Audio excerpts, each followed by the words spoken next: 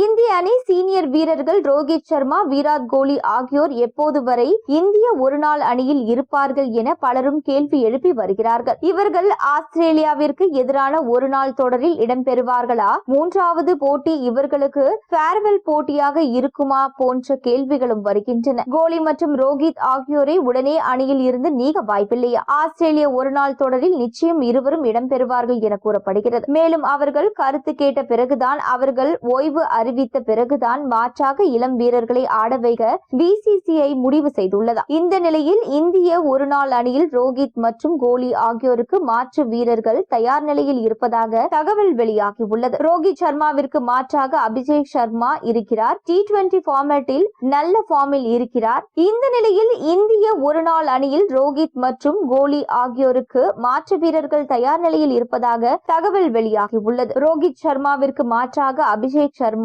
இருக்கிறார். T20 ஃபார்மேட்டில் நல்ல ஃபார்மில் இருக்கும் இவரை ஃபார்மில் இருக்கும் பொழுதே ஒருநாள் ஃபார்மேட்டில் அறிமுகம் செய்ய தலைமை பயிற்சியாளர் கௌதம் கம்பீர் விரும்புவதாக கூறப்படுகிறது. T20 போட்டிகளில் நம்பர் 1 வீரராக திகழ்ந்து வருகிறார். இதனால் கோலிக்கு பதில் இவரை இறக்கினால் இந்திய அணிக்கு மிகப்பெரிய பலமாக இருக்கும் என கருதுகிறார்களா? இதனால் ஆஸ்திரேலியாவிற்கு எதிரான ஒருநாள் தொடரில் நிச்சயம் ஒரு போட்டியில் அபிஷேக் சர்மாவை ஓபனராக ஆட வைப்பது உறுதி எனவும் கூறப்படுகிறது. விராட் கோலிக்கு மாற்றாக அவரை போல சேசிங் கிங்காக இருக்கும் திலக் வர்மாவை ஆட வைக்கவும் பிசிசிஐ முடிவு செய்துள்ளதா? மேலும் ஆஸ்திரேலியாவிற்கு எதிரான ஒருநாள் தொடர் முடிந்த பிறகு ரோஹித், கோலிக்கு ஒருநாள் அணியில் வாய்ப்பு கிடைக்காது என்றும், ஆஸ்திரேலியாவிற்கு எதிரான சிட்னியில் நடைபெறும் மூன்றாவது ஒருநாள் போட்டியில்தான் இவர்களுக்கு ஃபேர்வெல் போட்டியாக இருக்கும் என்றும் கூறப்படுகிறது.